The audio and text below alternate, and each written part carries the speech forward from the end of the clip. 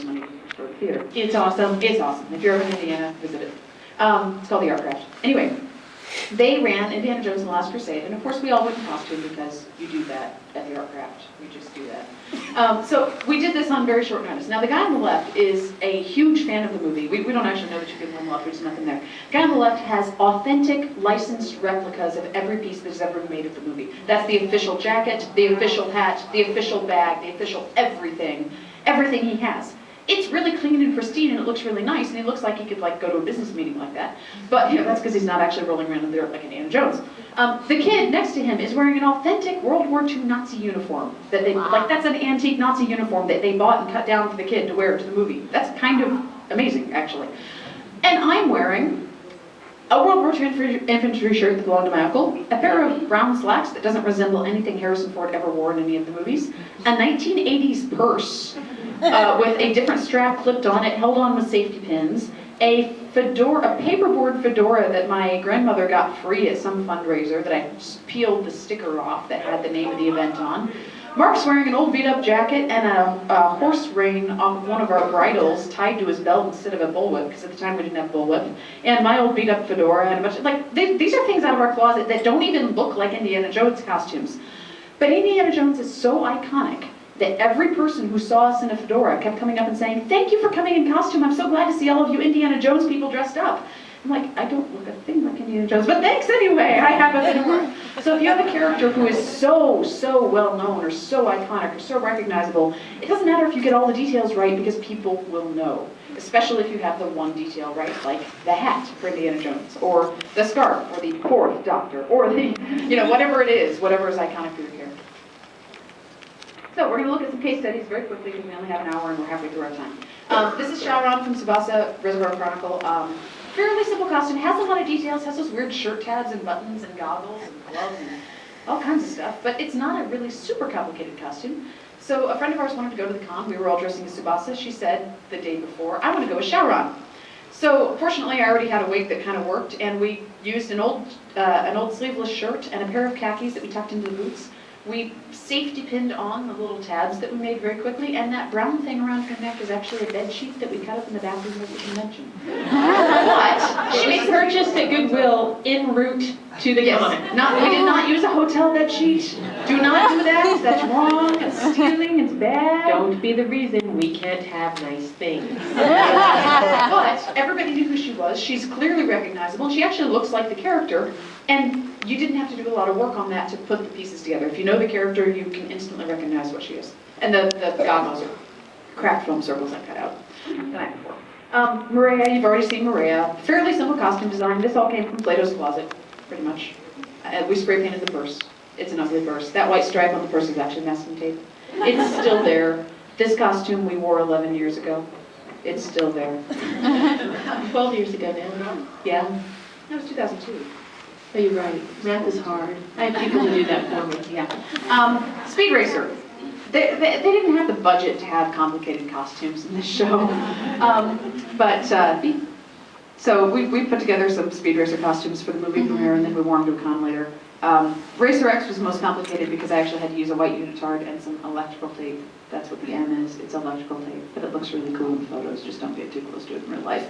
But these are costumes that are easy to modify. Fabric paint, a little bit of applique for the letters on their various chests. I modified a 1980s belt that has beads all over the other side of it for the Racer X belt. Not really super complicated costumes. Using trash is important in your costumes as well. I was at an auction up the street from my house. They had a lot of stuff that somebody bought and didn't want all the pieces of the lot, so we just put it in the trash pile. And among the pieces was a broken motorcycle helmet. And I looked at that and said, I don't know what I'll use it for, but someday I'll use it. So I took it home, put it in the basement with all the other garbage. And about 5 years later, a Speed Racer movie came out. And I'm like, score! So I spray painted the helmet and put a little M on the front. And we went to the theater. Mind you, this is a broken motorcycle. Like, the straps are ripped off. It's in bad shape. People kept coming up to us at the movie theater like, where did you buy that replica helmet? I can only find the kid ones and I really want one. Like, go to your trash pile. If you happen to be a pack rat, that can work in your favor. And if not, just work it out. So, these will be it. I'll talk about the gloves. Okay, so the first time we did these costumes was at the movie premiere in 2000. What year was that? 6, 7, I don't know. 2008, whenever the movie came out. And we did the costumes kind of last minute, as we tend to do. You didn't notice being here. And we couldn't find yellow gloves at the thrift store. Oh no, Speed Racer has to have yellow gloves. So we looked around and said, what can we use for yellow gloves? Oh, Mom has a pair of dish gloves under her kitchen sink. So those are actual yellow driving gloves, but dish gloves worked really well for the first one. Snake! Everybody knows Snake. Snake has cardboard boxes. The nice thing about Snake is everything you need for Snake you can get at a military surplus store. Just like this. This is actually a competition photo of a friend of ours who, judging photo with the reference number. But everything he got at a military surplus store. He even had a giant cardboard box that he had people go around and autograph all day. It was great. They're sitting behind him. And he was in character as Snake, which made it awesome, because you saw him going down the hallway and you knew instantly who it was. Sebastian Kudoshitsuji, this was one of those projects where we said, we are engaged in a multi-month crazy craftsmanship project for this competition we have next year. We do not have time to make any more costumes. Let's do this all found object. Because this is when the manga was, this was about 2008. The manga had just come out and I really liked it. And I kind of arm twisted them into cosplaying with me. So I said, I'm going to hunt around and find a tailcoat, and you hunt around and find something from RCL, and you hunt around and find something, oh wow, let's just put Grell together out of the closet. Out of the closet, joke. That was not intentional. And so, just go to the next page. So this costume, I said fast, cheap, and good. This one knocks out the cheap category because this is actually an 1880s tailcoat that I found in an antique store. But it's kind of I'm going to do an authentic Kudoshitsuji costume, even though he looks nothing like anybody would have actually looked in that era. But the tea set came from Goodwill, and I glued all the pieces together, so it's actually a functional pocket. The top, it's a cocktail shaker, don't tell. The top of the cocktail shaker comes off, we stuff all of our wallets and things in it, and then it's just glued together so you can carry it around however you need to all day. And the pocket Pieces watch can't fall off. If somebody bumps into you in the hallway, it's awesome. It's great. It's great. You can actually hold it upside down. The pocket watch, it kind of maybe says remember 3 October 11th inside of it. And everything else was thrift store, closet, the pants are World War II Navy pants. They have a big panel in front with the buttons on it, so. Found objects, the stick pin I got at a garage sale, keep going. Oh, good for you, some Conan pins. Yay! I've cosplayed like 6 or 8 characters from this series. I love this series. Because you're everybody. Yeah. So, Chianti and Conan are the ones we're going to look at today. Based on real clothes, but seriously, who in their right mind would wear that blue jacket with a giant 4-inch yellow button in the middle of it? It's hideous, and they all wear it. Thrift store jacket, sewed a giant yellow button on it, made the bow tie out of a scrap of red fabric, and just hemmed the edges and pinched it in the middle. Chianti's mostly makeup design because she wears a black jumpsuit and carries a gun. So once you have the wig and the makeup, it's really easy to kind of put on some black clothes and carry a rifle if you happen to have one. Which that was a rifle I actually made for my Risa Hawkeye costume, so I already had it in the room. And then I cut up a belt from Goodwill for her weird choker thing with the straps and buckles all over it. And there you go. Yay! If you saw me on Friday, I forgot this costume was in here actually. I went into the comic book shop dressed as Hawkeye, started reading Hawkeye comics. If you're doing costumes for movies or TV shows, if you can, find out what they actually used for those actors and buy the same brand. Or a knockoff. Everything Hawkeye wears in the first half of the Avengers is Black Hawk tactical gear. So I went to military suppliers and bought Black Hawk tactical gear and then sized it down 14 sizes to fit me. But, and then I did have to make my own quiver and glove and things because you can't buy those because they made them for the movie. But a lot of the stuff, yeah, you can go out and buy the same exact model holster, you can buy the same exact model vest, you can buy the same exact everything else. And it's not cheap, but you get a really accurate costume. Can I jump in for just a second? Sure. On buying actual existing stuff, if you go to a cosplay source and you know what I'm thinking. If you go to a cosplay source and you buy something for a character, or if you do your own research and buy it for the character, we were in, how can I say this nicely? We were at a convention in a dealer room where they were selling holsters for for cosplay guns, and it was more than twice what I paid retail for the same item from a tactical supply store. And you can get it. Yes. I'll jump in on that. Every dealer I go to, I see booths that have steampunk goggles that are painted like gold and copper. These are green welding goggles that you can buy on eBay for $3, and they sell Yes. for $15 a piece for this spray paint one card. Yep. I take the exact brand, I use them, I have them. Yep. That's Do a little research and you can find all kinds of awesome. Now, if somebody's done work on it and you don't want to replicate that work, by all means, pay them for their time, okay? Or I'm not anti- if you need them immediately, this goes back to fast and good. If Yeah. you forgot your goggles and you have a costume that you need them for right away, sure, buy them in the other room. Right. Convenient. But take the time, and sometimes, you know, shopping around a little bit can save you big. So we talked about Nathan Drake. He's pretty messed up and dirty, and yeah. So Nathan Drake messed up, dirty. Chocolate syrup, tea, coffee. Yeah. I actually used a pair of jeans deliberately that had a hole in them so that they already looked on. Closet cosplays. Okay, these are. Hey, we do have some good ones. These are a few cosplays that we did for this panel as demos. We're like, okay, let's see how many cosplays we can put together out of our closet in 5 minutes or less. This was the first one I thought of, because I'm like, I already have the hair, I can do it. So, you know, motorcycle jacket. The cuffs, because he has the weird jacket with the white cuffs, we just rolled up the jacket sleeves and pinned white muslin around it from our mock-up stash in our costume closet. You don't have to have the exact ones, you can modify it really quick. The ring on the collar, we just put a split ring keychain through the zipper on the shirt. It works really well. Yeah, I'm not sure we have time to tell the story behind this, but because we only have 15 minutes left. But yeah, this was closet cosplay. My martial arts arm guards, I stuck some electrical tape on them. Poof, instant sauce favors. Ken, has anybody seen Legion Miss Number Smith? Yeah. Yay! You're like the third person ever who's seen it. Ken has a pretty simple costume. Leather jacket And one eye. eye patch. And he happened to lose his left eye when he did Laura, so she can do his costume. Thank you, Clamp. It's all fun and games till somebody loses an eye. Yes.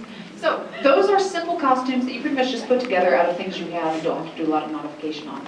There are other costumes where you start with a found object and do some sewing or craftsmanship or construction or something and turn it into your finished product. That's like what I'm wearing now, where I did a lot of tailoring and resewing and added the zipper on the jacket, as opposed to what Laura's wearing, which is things that came directly out of our closet and went on her body or wheelchair. So this is, you might do some alterations, you might take it in a bit, you might dye something to match or paint something, you might do some applique. If you don't know what applique is, it's taking a piece of fabric, putting it on another piece of fabric, and gluing or sewing it in place, like the Flamel's cross on Ed's jacket, which is cut out of black fabric and sewn onto the red fabric. That's what applique is, if you ever see that term. So the reason for this, sometimes you just can't find that one piece that everybody needs. And you can often modify something to turn into that piece, or you can incorporate made-from-scratch pieces with your found object cosplay. So if you're doing a, can't think of a good example off the top of my head, Fourth Doctor again. If you're doing a Fourth Doctor cosplay, and you have the coat, and you have everything else, but you have to have the scarf, and you can't find that at Goodwill, you can make the scarf, or have somebody make the scarf, or commission it from a friend or something, and then put that with your found object pieces. So some case studies on this, which I'll try to rush through because we only have 15 minutes. Misty from the Reader IOVA's,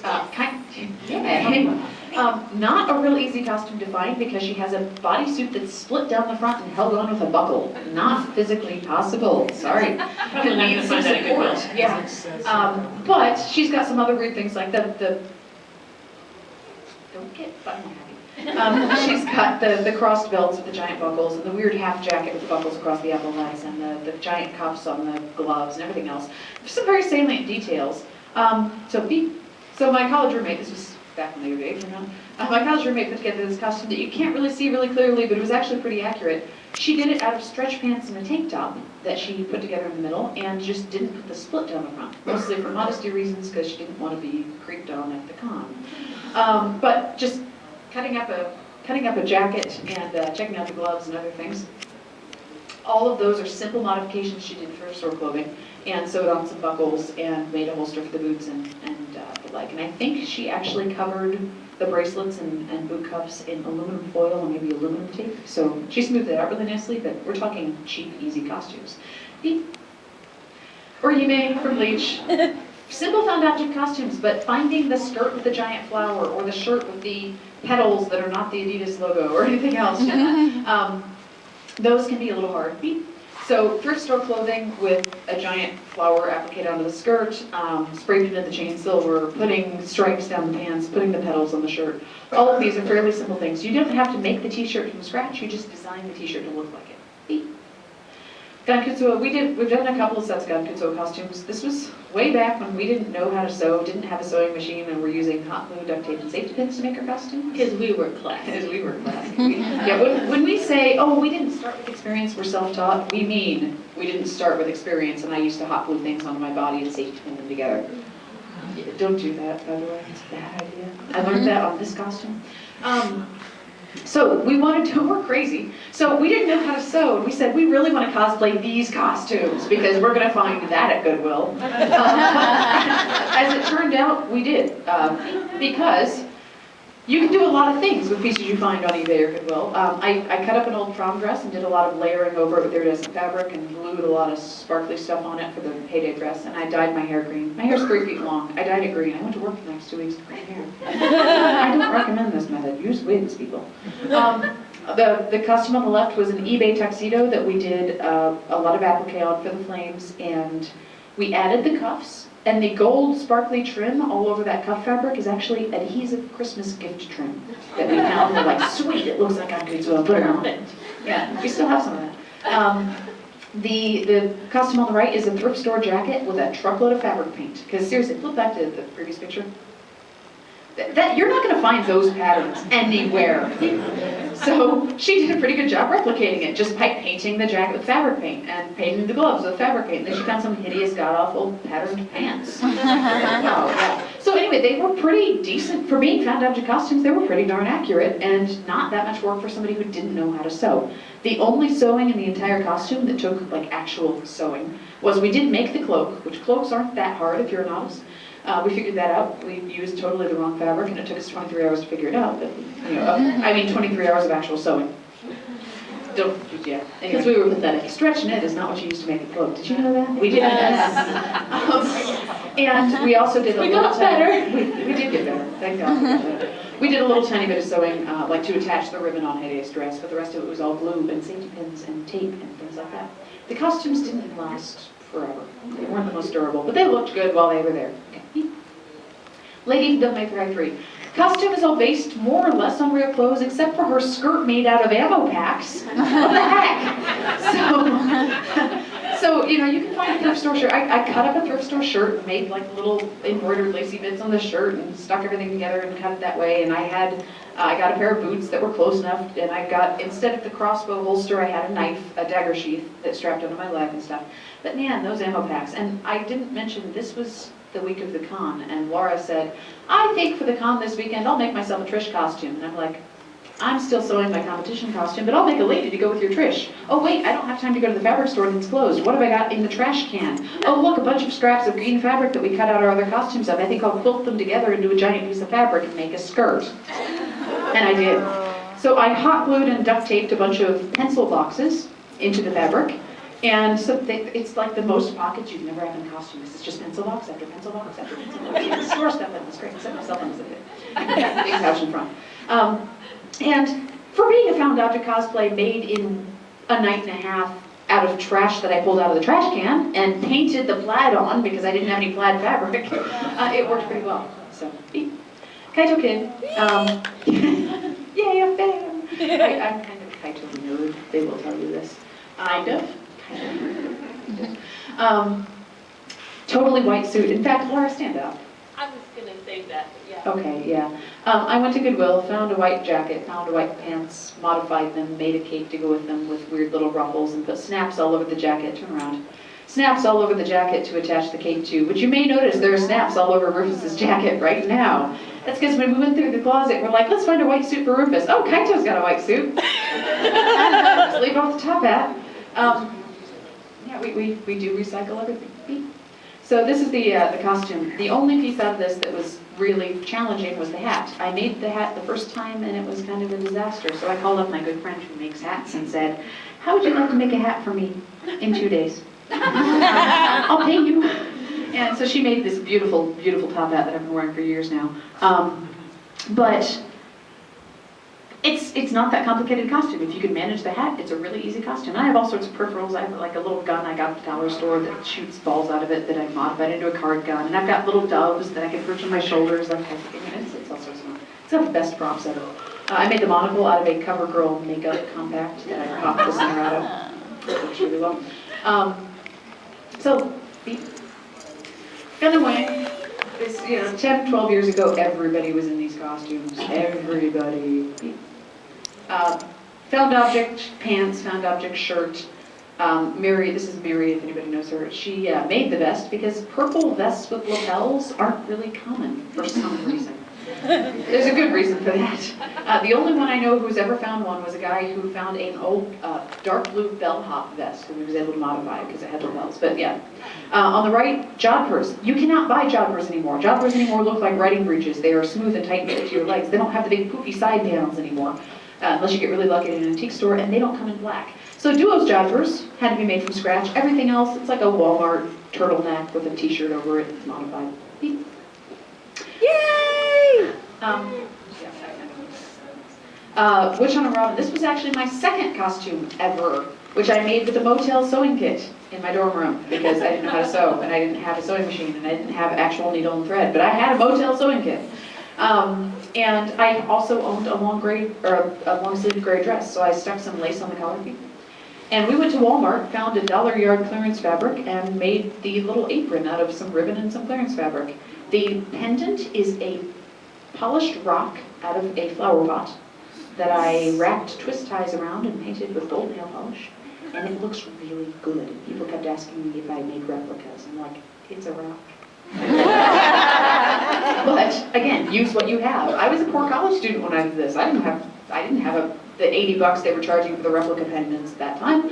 The glasses came from Kroger. I popped the lenses out. They were like +1.5 reading glasses, and I bent them and colored them with a Sharpie because they were purple and hers weren't. And thrift store boots that I painted. So there you go. And so some other things to consider. So those are just examples. That's like ideas that we had, that we put together, or friends of ours had and put together, just to show you what some of the possibilities are. They're all recognizable costumes. You all knew what they were. They look like the characters. They didn't cost much money in the most part because they were things out of our closet or from Goodwill. Other things to consider.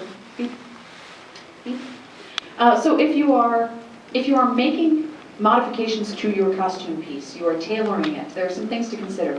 Where does it hit your body? Women usually know this because fashion magazines and things drill it into our brains about the lines of where it hits your body. If it hits just above the knee, it makes you look skinnier. If it's just above the ankle, it makes you look skinnier. If it hits in the middle of the thigh or the middle of the calf, it's going to make you look heavier and shorter. If you're trying to change your visual height, for example, I'm playing Vincent, who's like really tall and this is skinny because he's a Squeenix character. I need to look really tall, so I've got the waist cutting really high in the coat, and then I've got bell bottoms, which make my legs look longer, and I'm wearing 5-inch heels. It alters my height visually because my actual height is something like this, and it's not near as impressive. Lines of the costume. Where do the seams go? There's a seam running right here. The fact that the seam cuts in at the waist and makes me look skinnier is an advantage in this costume. If you're cosplaying Sandman from Rise of the Guardians, who has a kind of a pear-shaped body, you want to change your seams and your costume shape so it goes out at the bottom instead of cutting in at your waist. Also, your silhouette. A-lines make you look very tall and skinny. That's a skirt or a coat or something that goes out like this, like a letter A. Every clamp character ever. Clamp characters are always A-lines. Always. So, Edward Elric, you want to talk about this real quick, Laura? Go really fast. Okay, if you can hear me. I'm kind of hourglassy, as you heard earlier. Right there is my actual waist, right there.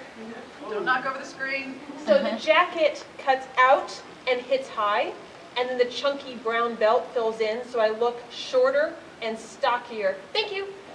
Shorter and stockier, and so instead of looking girly and hourglassy, it takes off the hips and builds out the waist visually. So, oh, I can do this.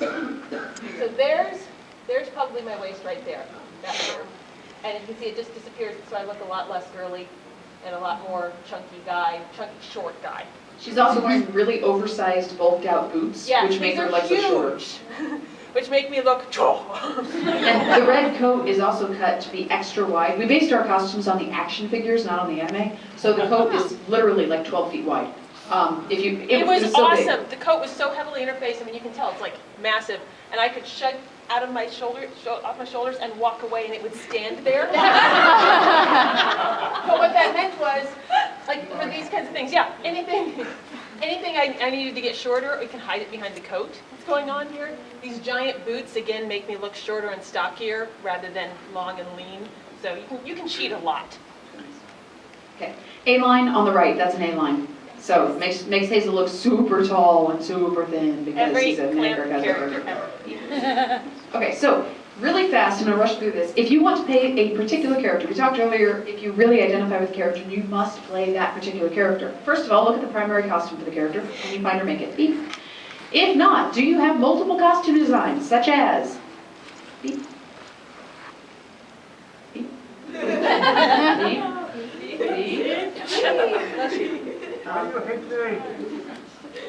Well, anyway, if you have, there you go. So long-running characters, if you have a character who's been running for 10, 15, 20 years or has multiple incarnations, there are going to be vintage looks.